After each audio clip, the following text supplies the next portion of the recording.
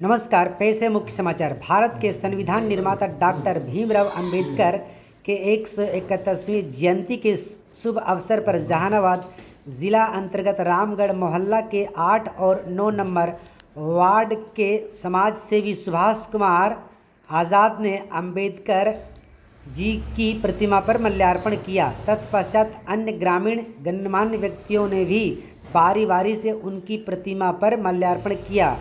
आइए अब हम आपको दिखाते हैं कि रामगढ़ मोहल्ला के समाज सेवी सुभाष कुमार जी ने क्या कुछ कहा।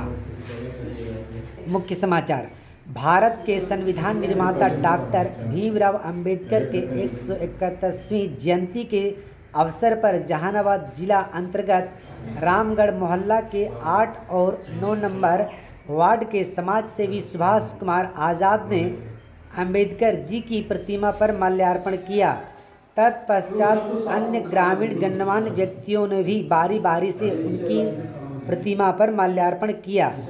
आइए अब हम आपको दिखाते हैं कि रामगढ़ के समाज सेवी सुभाष कुमार आज़ाद ने क्या कुछ कहा। ये रामगढ़ मोहल्ला से आप रामगढ़ मोहल्ले के जो जनता है उनको क्या संदेश देना चाहते हैं आज बाबा साहब के जयंती के शुभ अवसर पर? बाबा साहब हम लोग के लिए, हमारे समाज के लिए, दलित हो या बैकवर्ड समाज हो, मैं सभी के लिए बहुत सराहनीय काम किए हैं। और संविधान में सारे चीज़ लिख के गए हैं ताकि आज हमारे उस संविधान से मेरा देश चल रहा है और मेरा समाज चल रहा है। और इस रामगढ़ मोहल्ला माने कि दलित और बैकवर्ड के माने कि मोहल्ला है, इसलिए हम लोग ये मोहल्ला में जागृत करना चाहते हैं कि हमारे बाबा साहब के बारे में जानें और बाबा साहब का जयंती मनाएं। रामगढ़ मोहल्ले में ओबीसी के जो साथी हैं वो क्यों बाबा साहब के विचार को मानते हैं? हाँ, हमारे मोहल्ला में सभी लोग माने कि हम लोग एकजुट होकर के बाबा साहब को माने मानते हैं और जयंती मनाने का प्रयास करते हैं। और कोई भी कार्य रहता है तो हम लोग सारे माने कि दलित हो या ओबीसी हो, सारे मिल करके कार्य करते हैं। इस बार नगर पंचायत का चुनाव भी है और इस रामगढ़ मोहल्ले की जो जनता जो है किस पक्ष में, और ऐसे तो बोला नहीं जा सकता है, लेकिन फिर भी आप किस पक्ष में ये वोट करेंगे? देखिए, जहाँ तक की बात है चुनाव की, तो चुनाव में अभी किसी तरह का कोई कहा नहीं जा सकता है। हमारे जो भी कैंडिडेट माने के हैं, पूर्व का कैंडिडेट भी रह चुके हैं, वो भी सराहनीय काम किया है और वो करते भी माने कि आ रहा है, सामाजिक तौर पे माने कि किया था और अभी भी कर रहा है। लेकिन आगे देखा जाएगा किस तरह से उसका माने कि व्यवहार और विचार रहता है। अभी आप पुराने साथी के नाम लिए, और क्या आपके मोहल्ले में जो उनका कार्य अच्छा रहा है और अभी और कुछ बाकी है? नहीं, कार्यरत माने कि रहते हैं, कोई भी कार्य के लिए कार्यरत रहते हैं। कभी भी बुलाते हैं तो गरीब हो या दलित हो या बैकवर्ड हो, सारे माने के लिए अग्रसरित रहते हैं कि ताकि माने कि हमारा समाज माने कि उत्थान करे।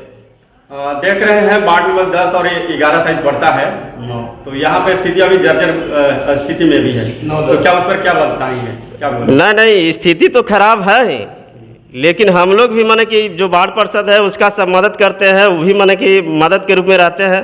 लेकिन हम लोग भी माने कि इसका अति करते हैं, विरोध करते हैं, लेकिन ये बेचारा अग्रसरित रहता है। लेकिन इसका नहीं माने कि होने के कारण हम तो नहीं जानते हैं कि आगे पीछे इसका क्या अति है, पकड़ है या नहीं है। चलिए, धन्यवाद। अभी हम ये पूछना चाहेंगे आपसे कि अभी जो माले वाला जो स्थिति है, माले का जो रास्ता और माले से ये रामगढ़ की जो मोहल्ला आती है वो बहुत बद से बदतर है, इस पर आप क्या कहना चाहेंगे? हम इस पर कहना चाहते हैं कि हम नगर परिषद से 2019 में ही इसका बोर्ड में चयनित किए थे और प्रशासनिक देने का काम किए थे और पटना नगर निगम विभाग को भी भेजा गया था। 2 करोड़ 64 लाख का योजना बना था, वो हम लोग नगर विकास को भेजे थे और आज तक उसका प्रस्ताव नहीं आ पाया। इसके चलते नाली का निर्माण नहीं हो पाया, इसके कारण जल जमाव का स्थिति बना हुआ। हम लोग लगातार मंत्री से, डीएम से, स्कूटी पदाधिकारी से, सब लोग से आग्रह किए और सब लोग धरातल पर ला के दिखाने का काम भी किए हैं।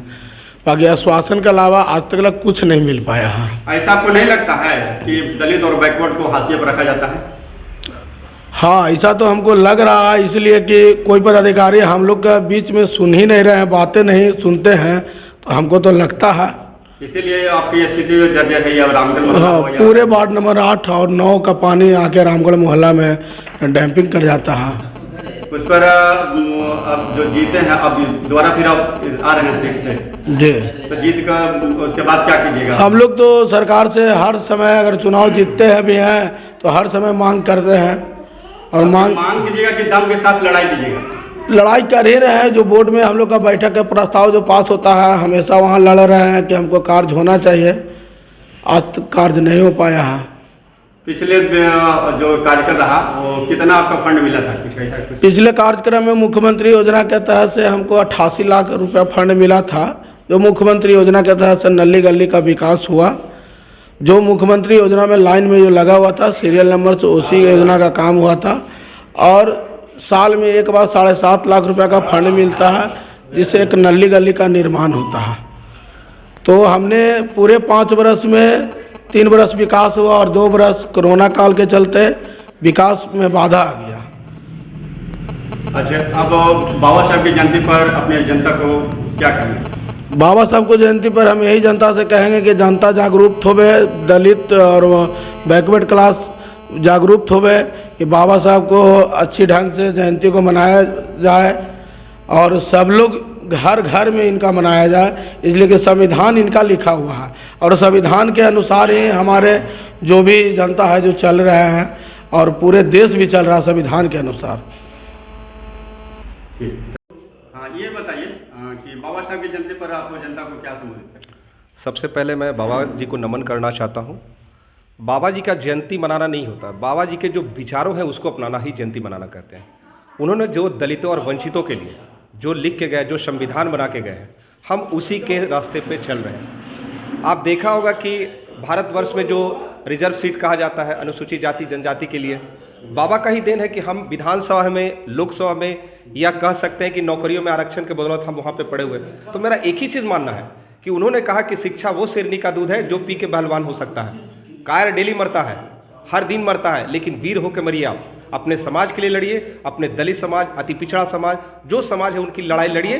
बाबा जी का वही जयंती है, वही साकार होगा। अभी आप बोले कि हम चेयरमैन का उम्मीदवार जी, हैं, तो अपने जीत के क्या माने उद्देश्य, जीत के जनता के लिए क्या करेंगे? मुझे याद है कि पिछले 1 महीने के अंदर में मैंने एक सम्मेलन किया था, पत्रकार वार्ता किया था और सारे पत्रकार को बुलाए थे। शायद आपसे मेरी बात नहीं हुई थी, लगभग 50-60 से ऊपर पत्रकार आए थे। मैंने अपने विजन को बहुत साफ शब्दों में रखा इंदौर को लेके कि इंदौर का जो विकास हुआ है, कैसे विकास किया है, कहाँ से फंडिंग आएगी, किस तरह से हम समाज को लाभान्वित कर सकते हैं, बुजुर्गों के लिए क्या कर सकते हैं, महिलाओं के लिए क्या कर सकते हैं। तो एक मेरा बहुत ही क्लियर विजन है कि हम नगर परिषद को स्वच्छ और सुंदर बना के रहेंगे और उसी सपने को साकार करने के लिए हम चुनाव लड़ रहे हैं यहाँ पे। बहुत बहुत धन्यवाद। बहुत बहुत धन्यवाद आपका। मेरा नाम पिंटू कुमार रजक है, मैं हिंदुस्तानी युवा मोर्चा श्रमिक प्रकोष्ठ का प्रदेश अध्यक्ष हूँ और माननीय जीतन राम मांझी का एक छोटा सा सिपाही हूँ। धन्यवाद।